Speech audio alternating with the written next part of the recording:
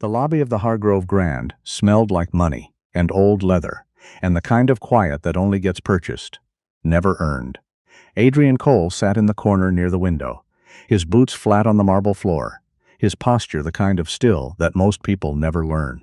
Beside him, a German shepherd named Rex lay with his chin on his paws, eyes half closed, watching the room without appearing to watch anything at all.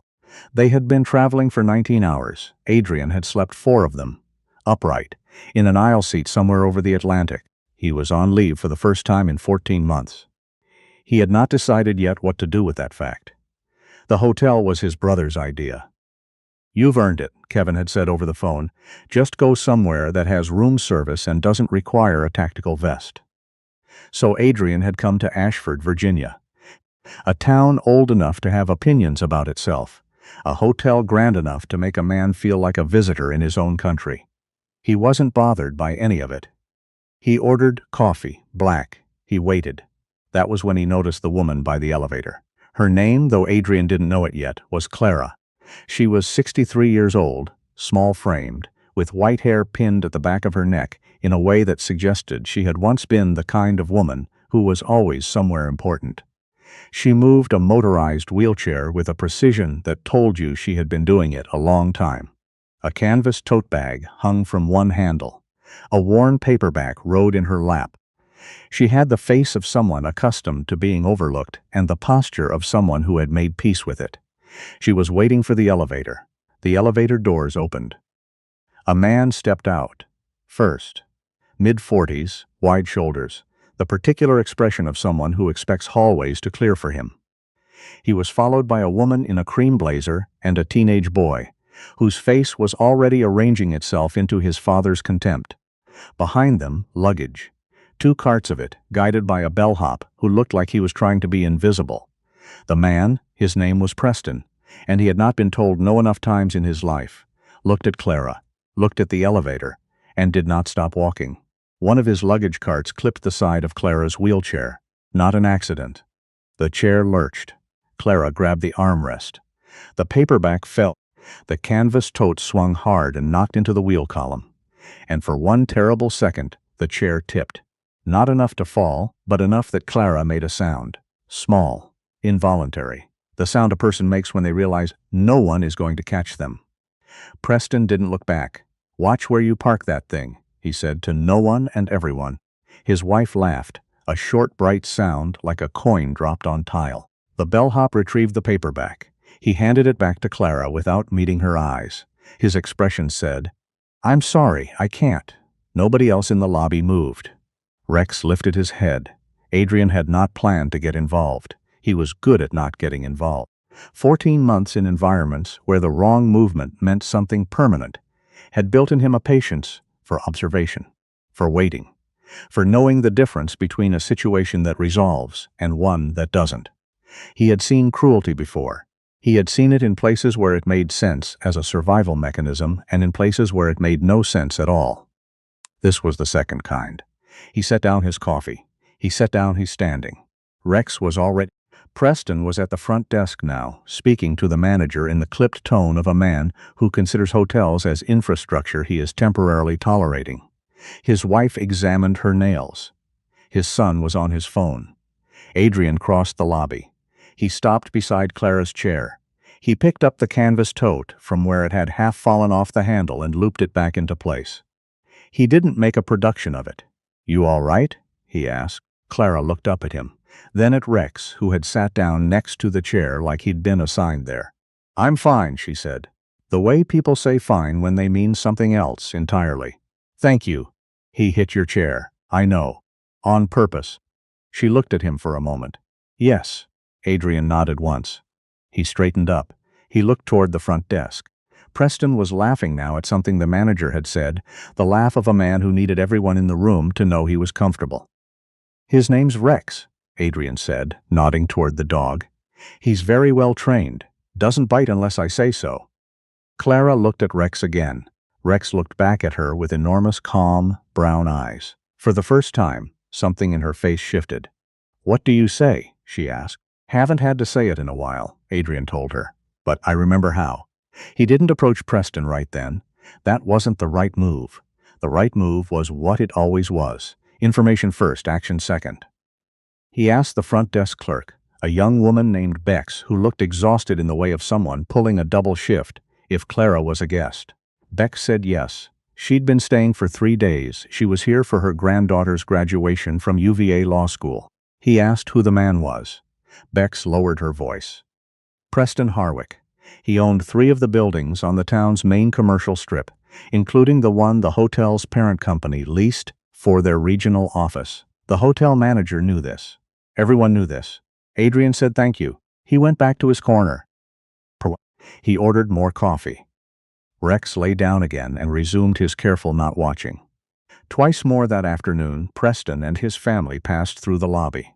The first time, Preston's son, maybe 17, old enough to know better and young enough not to yet, made a comment under his breath as they passed Clara's table in the dining alcove where she was reading. Adrian didn't catch the words. He caught the way Clara's chin lifted slightly, the practiced dignity of someone absorbing something they've absorbed many times. The second time, Preston stopped entirely. He stood in front of Clara's chair, hands in his pockets, and looked at her with the expression of a man inspecting something he'd left in an inconvenient location.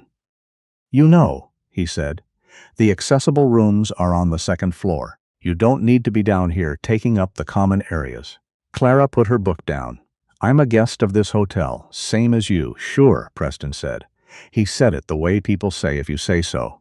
His wife touched his arm. Not in correction, in amusement. Adrian stood up. He didn't hurry. He crossed the lobby the way he crossed most spaces, like the ground was already his, and he was just confirming it. Rex fell into step beside him, nails quiet on the marble. He stopped 2 feet from Preston. Preston turned. He took in Adrian, the height, the build, the quietness, and recalibrated, not toward concern, but toward a different kind of contempt, the kind reserved for people you don't recognize. "Can I help you?" Preston said. "But I'm going to stand here anyway." Preston blinked. "Excuse me? You've approached this woman twice now. You're going to stop doing that?" "I'm sorry, who are you?" "Someone who's been watching." Adrian looked at him steadily. "You clipped her chair this morning. That was intentional. What you just said was intentional. I don't think you're confused about what you're doing." Preston's expression moved through several things quickly. Surprise, recalculation, and then the thing Adrian had expected, which was anger dressed as amusement. "I don't know what you think you saw. I know what I saw, but you're inserting yourself into a private matter." "She's sitting in a public lobby," Adrian said. "There's no private matter." Preston looked at Rex. Rex looked at Preston. "Is that animal licensed?" Preston said yes. "Because there are health regulations." "He's a trained military working dog," Adrian said. "He has more documentation than you do." The lobby had gone quiet. Not dramatically, not the way lobbies go quiet in movies, but in the particular way of public spaces where people have suddenly decided to be very interested in their phones. Preston's jaw tightened. He was a man who had learned that persistence and volume usually worked. He was finding this did not fit that pattern. "I'm going to speak to the manager," he said. "I imagine you will," Adrian said. Preston turned and walked away. His wife followed. His son looked back once, not with his father's contempt, but with something more complicated, something that might have been relief, or might have been envy. Adrian turned back to Clara. She was watching him with an expression he couldn't quite name. "Navy?" she asked. He looked at her. "My husband was Navy," she said. 31 years. There's a way you people stand." "On leave," she nodded slowly. "He would have liked you." "What happened to him?" "Heart 6 years ago." She looked at her hands. "I still talk to him sometimes. In hotels, especially. He always picked the room. He had opinions about thread counts." Adrian sat down across from her, uninvited. Rex settled at his feet. "My name's Adrian," he said. "Clara," she said. They shook hands. The manager came to Adrian's room 40 minutes later. His name was Whitfield. He was the kind of man who had chosen this career because he genuinely loved the puzzle of hospitality, and who had somewhere learned that certain guests were a different category of problem. He looked uncomfortable in the way of someone delivering news he hadn't written. Preston Harwick, he explained, had filed a complaint. He had characterized the interaction in the lobby as threatening. He had specifically mentioned Rex, citing an allergy his wife had previously noted on the reservation, a notation Adrian later verified did not exist, and suggested the dog's presence constituted a violation of get comfort policies. Adrian listened to all of this. Is Rex permitted under ADA guidelines as a trained service animal, he asked. Whitfield said, yes, of course, that wasn't in question. Then there's no policy issue, Adrian said. What else? Whitfield looked at him for a moment. Then, quietly, Mr. Harwick has a relationship with this property's parent company. I know, Adrian said. He's suggested that he'll be contacting corporate. I understand. Adrian said. Are you asking me to leave? Whitfield was silent for a long second. No, he said finally. I'm not. He left. Adrian sat with that for a moment. Then he picked up his phone and called his brother. I thought you were supposed to be relaxing, Kevin said. I am relaxing, Adrian said. Relatively speaking. What happened next happened fast, the way things do when someone with resources decides to escalate. By evening, a member of Preston's circle, a local attorney who drank at the same club and understood which favors were which, had made calls. By 9 o'clock, 2 officers from the Ashford PD were in the lobby, speaking to Whitfield. By 9:15, they were at Adrian's. The charge, such as it was, wasn't a charge yet. It was a concern, a report of aggressive behavior and an unlicensed animal. It was the kind of thing that, the officers explained carefully, they needed to look into. Adrian handed them Rex's documentation before they finished the sentence. Certification, training records, veterinary health certificates, the letter from his commanding officer confirming Rex's status as an active military working dog, on temporary assignment with his handler during approved leave. One of the officers, younger, maybe 25, with the expression of a person who had not yet decided what kind of cop he was going to be, looked at the paperwork for a long time. This all looks completely in order, he said. The other officer, older, said nothing, which told Adrian exactly what he needed to know about the older officer. They left. But at 11 p.m., there was a knock at Clara's door instead. She told Adrian about it the next morning over coffee in the dining alcove, Rex sitting between them like a very calm referee. 2 officers had come to her room, she said. They had asked her about the incident in the lobby that morning, the cart, the chair, whether she had filed any complaint. She had said no, she hadn't filed anything. They had asked whether the interaction with Adrian had made her feel unsafe. She had told them it had made her feel the opposite of unsafe, and could they please define their terms. They had left. They're trying to isolate the story, Clara said. She said it calmly, like someone describing a chess move they'd seen before. If I don't back you up and you can't back me up, it becomes your word against his. Adrian said. My granddaughter is a lawyer, Clara said. I know, Adrian said. You mentioned that. She graduates day after tomorrow. I know that too. I'm calling her this morning. That seems wise. Clara looked at him over the rim of her coffee cup. You're not worried. I'm on leave, Adrian said. I've been doing worried for 14 months. I'm taking a break from it. Rex put his chin on Clara's knee. She looked down at him and something moved across her face, the quiet, specific grief of someone who has lost the person they would have told this story to first. He would have loved you, she said again. But this time she was talking to Rex. There is a particular kind of man who has never truly lost at anything, not in a way that cost him sleep, not in a way that required him to change. He has learned that the world is arranged in his favor and has confused this arrangement for the natural order of things. When something pushes back, he doesn't adapt. He escalates. It is the only tool he has practiced. Preston Harwick was this kind of man. By the second morning, he had spoken to corporate. He had spoken to the city councilman he played golf with. He had his attorney draft a letter suggesting that Adrian had initiated a hostile confrontation and that the hotel bore liability for harboring an animal with a documented history of aggression, a claim manufactured from nothing, attached to documentation that did not exist. He had also, crucially, not checked the hotel's security camera coverage. Clara's granddaughter arrived that afternoon. Her name was Stephanie, and she was 26 years old and had finished third in her class at UVA Law, which meant she was the kind of person who had already read every room she had ever entered before most people found their seats. She sat across from Adrian in the dining alcove, with Rex between them and Clara to her left, and she listened to the whole story without interrupting. Then she asked Adrian 2 questions. "Do you want to pursue this, or do you want it to go away?" Adrian considered. "The second option," he said, "requires him to stop. And if he doesn't, then the first option." Stephanie nodded. She looked at her grandmother. Clara looked back at her with the pride of someone watching a thing they built become exactly what they intended. "The hotel has cameras in the lobby, the dining alcove, and both elevator banks," Stephanie said. "That covers the morning incident, both passes through the afternoon, and the confrontation.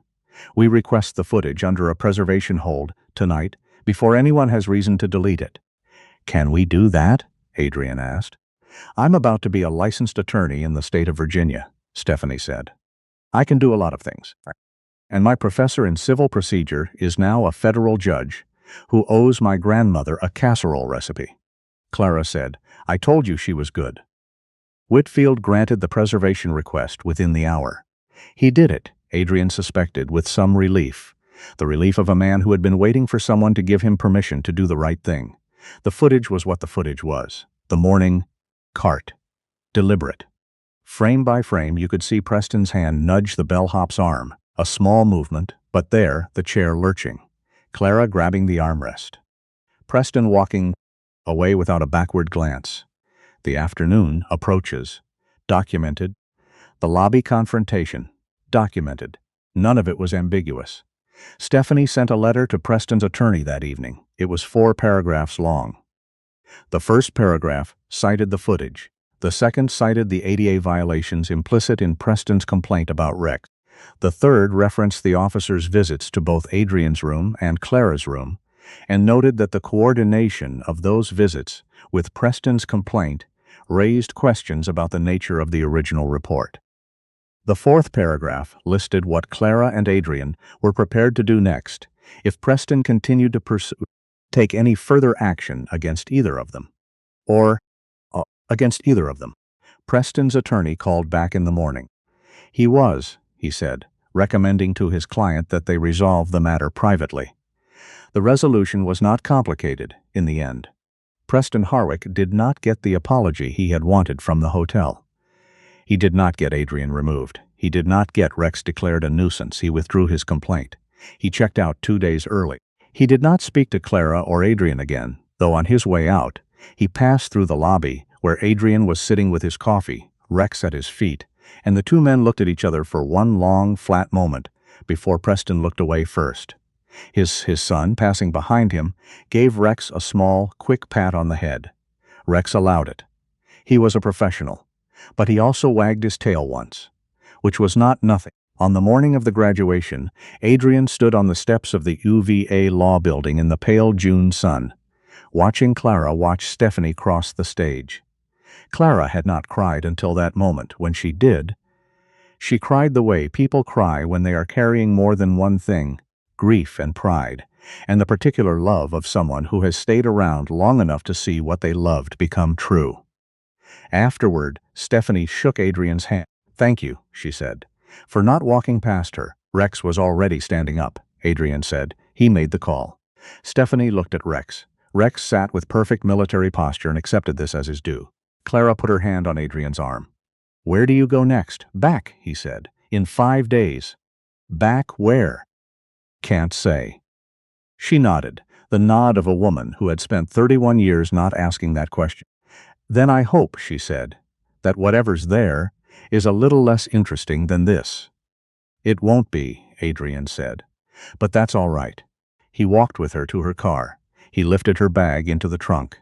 He held the door while she transferred from the chair. He folded the chair and stowed it in the back, the way he'd watched her do it twice before, the way he'd memorized without being asked. Rex sat on the sidewalk and watched all of this with the particular expression dogs have when they approve of what the humans are doing. Clara rolled down the window. "I'm going to tell my husband about you," she said. "Tonight. Tell him Rex says hello," Adrian said. She laughed. It was a real laugh, bright and sudden, the laugh of someone who had not expected to laugh today, and found the surprise of it the best part. She drove away. Adrian stood on the sidewalk in the June sun. Rex sat beside him. The narrator doesn't know exactly what Adrian thought about in that moment. The mission waiting at the end of his leave, the 19 hours of travel, the marble lobby, and the man who had looked at a woman in a wheelchair and seen an inconvenience.